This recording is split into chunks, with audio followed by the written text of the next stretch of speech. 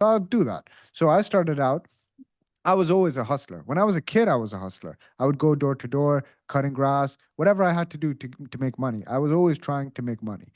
Then, as a teenager, I got into professional selling around 17, 18 years old. I got into a sales job. I've just been working different sales jobs. And my identity that I always like program myself to have is I'm the best salesperson. That's it. I always go into every job thinking I'm going to be the best salesperson here. I'm going to beat everybody else. I'm going to do this. I'm going to do that. And then, eventually it reached a stage where I was head of sales of a software company. I was 27 years old. I bought a house in Ireland. I, accomplished the material goals that I wanted. I had a nice car. I did this, did that, whatever. And then after that, I was like, okay, well, what do I do from here? Like, what more is this? Like, do I keep just stacking up material goods, or what is this all about? And then I was like, okay, I want to do my own business. Started out my Instagram profile and what you basically came off of. Mhm. And now I'm here in front of you. And then I go and become the best sales trainer in the world and, change whatever I'm supposed to change and just do a bunch of stuff. That's essentially the role of the character in front of you. Yeah. The But character, I'm like the character that you hope to become, is there anyone you hope to become, or you're just kind of like you Well, just go with the flow I kind of wrote, thing? no, no, no, I'm not go with the flow. I wrote the whole story. You see, the thing is, once you understand it's a movie, once you understand that it's a character in a movie, you can actively write the story in advance.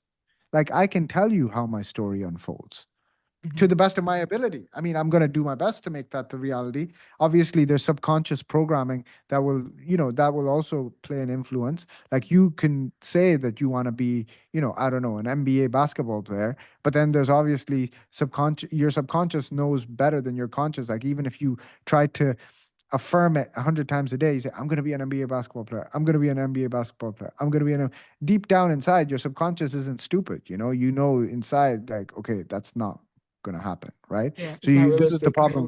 That's the problem with manifestation. It's like, you try to basically overcome what you already know. But this is the thing about realistic as well. Who knows, man? Victor, I'm telling you right now, who knows? Maybe you can become an NBA basketball player. Who Mhm. knows? What if Elon Musk comes out with this freaking Neuralink, and then that Neuralink, that you put that in your brain and you can now become like, it fixes all of your problems and you can now become an NBA basketball player. Yeah, that'd be Who knows, crazy. right? Right? This is what I'm saying. Like, it's like Right. you have to be so careful at attaching yourself to a belief because you don't know and I don't know. And that's the thing. Yeah. So, but to answer your question, the story of this character that's in front of you is already pre-written. I've written it already, and this is what I think that is the. But I'm also open. Like, I, I don't know. See, this is the thing. It's like I can have a hypothesis or I can have a theory, but I'm also open to dying tomorrow. I don't know. It could Mhm. be that that's just not the plan for me, right? Like, it's like you can write your own plan, you can make your own agenda, but then God is the best of planners, and God has His own agenda. This is what I'm trying to say. This is my whole message in this whole conversation is like, let go of everything and let the divine plan unfold exactly as it will. Boom. That's it. Yeah. That's the entire conversation. You're here for a reason. There's babies that are born dead. They never get a chance to sin. They never get a chance to live.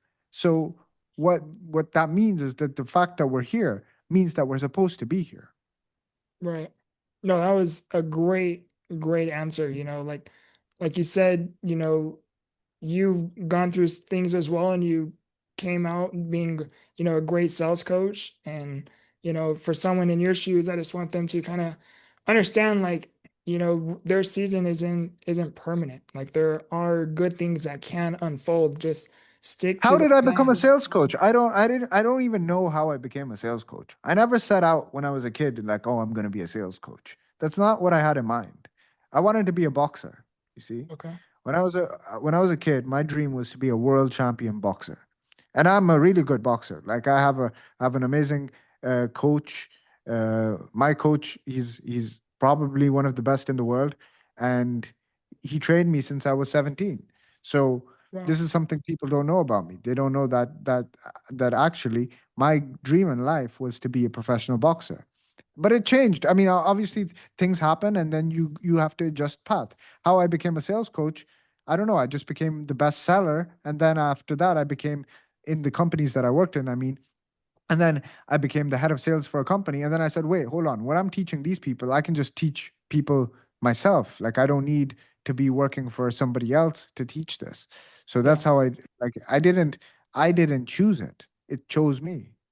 Yeah. So whatever people like, if you want to give anyone inspiration for anything, it's really not even like the goal doesn't make sense. Because if I was trying to give someone inspiration, it would be as a boxer world champion, but that's not what I like. You get what I'm trying to say? It's like everyone has their own path. And when you let go of expectations, it will be shown to you. Yeah. Like there's always your plan and where it is you want to go. And then there's, of course, there's God's plan, and God's plan. Mhm. God's plan. That's it. That's exactly it. And Yeah. and it's a boring answer because it's like obviously God's plan is the answer to everything. Like it's you can actually answer every question with that one. Like something good happened to you, God's plan. Something bad happened to you, God's plan. Right. Nothing, God's plan. But the Yeah. thing is that that is actually the answer. That is actually the answer. Yeah. Like if you look at how complex the universe is, I don't think it's a mistake. I really don't think, like, you have to be pretty stupid to think that even the way that our cells are organized, our eyeballs, the way that the earth revolves around the sun and the moon revolves around the earth, that system is too perfect. If it was Yeah. off by that much, if it was off by that much, it would all collapse. Yeah. So how can somebody tell me that's a mistake, right? So if that's not a mistake, how can anything that we're experiencing be a mistake? Yeah. No, it's so, so true. We literally live in a floating globe in space We where, live in ourselves. yeah, I'll it's, tell you one more. I'll tell you one more story. The last story I'm gonna say. And by the way, you might want to, when you're putting out this podcast, you might want to just take like from the middle to the end of it because just it's a very long episode, right? So yeah, just my I think realistically, yeah, I'm probably just going to do the ending just just take the end of it. because Yeah, take the going, end. Take the end of it. Now here's the story. This is a quick story, and then I gotta bounce.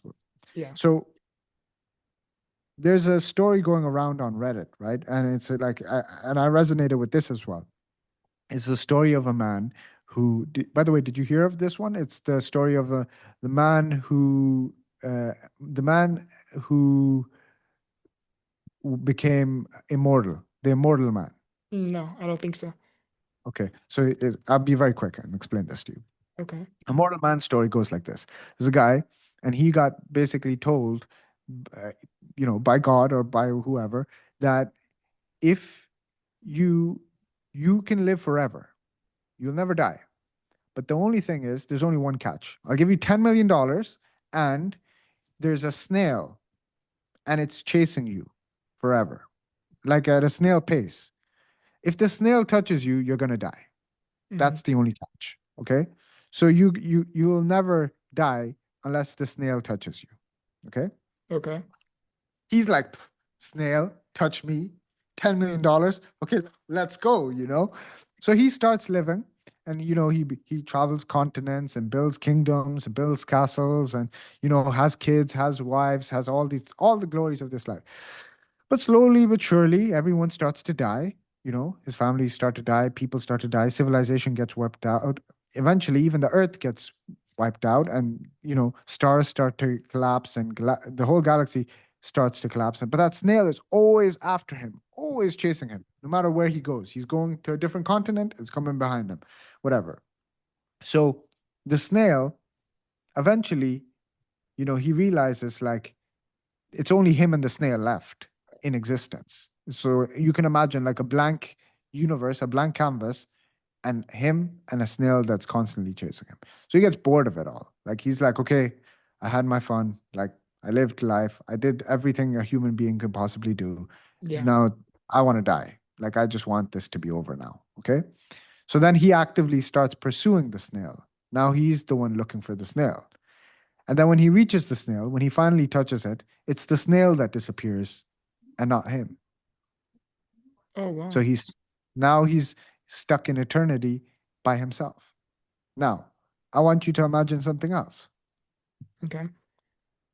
What if And you see, these stories, they make it kind of implausible. Just take it for a second though. Like walk with me for a second. Imagine if that snail or that man is you, right? So you're Mhm. the immortal man.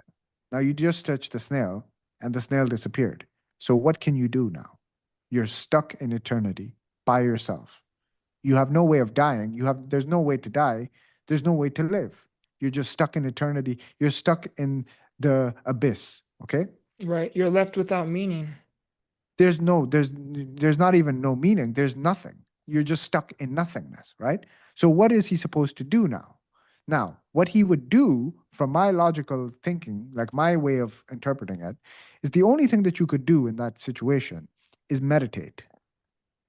The only thing you could do is to go within yourself and create a new universe within yourself, meaning you would have to dream a new universe. And you would have to create based on all of the experiences you had for those thousands and thousands of years, all those things, you'd have to inside of yourself recreate the entire universe. So you would live in a dream. You would essentially live in a meditation that you have to create yourself because there's nowhere else to go. Mhm. Now, how do we know? How do we know that right now we're not in that meditation ourselves? It's true. Like there's so much to be discovered within not just life, but within ourselves. Like there's really no solidified answer to give other than, just do the best you can with life and try to make better choices, healthier choices, so you don't live with regret or with an unclean conscience, Like And there's that's it. And that's it. And the utility of that type of thinking, the utility of that exercise that I just just went through with you, is that you will, if you think of it that way, you're like, oh yeah, I'm just in a dream. That's it. Whatever happens, like worst things happen to you, worst things happen to you. Oh yeah, I'm just in a dream. Don't identify as the thing. This is just a part of the dream. That's it. All right, my man. It was great to meet you. Like I said, I mean, I think you should just probably take the ending of this. This ended up being a very, very long conversation. It was great yeah. to meet you. I hope that I don't know, I hope something. I don't know what Yeah, I hope. I no, hope. I appreciate it. I mean, this was like super, super last minute. I don't know. I have to play around with this microphone. I don't know why it messed up earlier. So after from that point, I think I'll probably keep like the last 10, 15 minutes of this. I think that was perfect. But again, like thank you for, taking a chance on me because I know you get a lot of DMs and a lot of messages like, hey, can you be on my podcast? And, like you said, you always ignore them, but with me, you kind of took a shot because you seen something within me, from yourself. Yeah, I just follow my intuition, man. I don't know. Yeah, I appreciate that, brother. Dear, all right. Best of luck. Take care. Yeah, take care.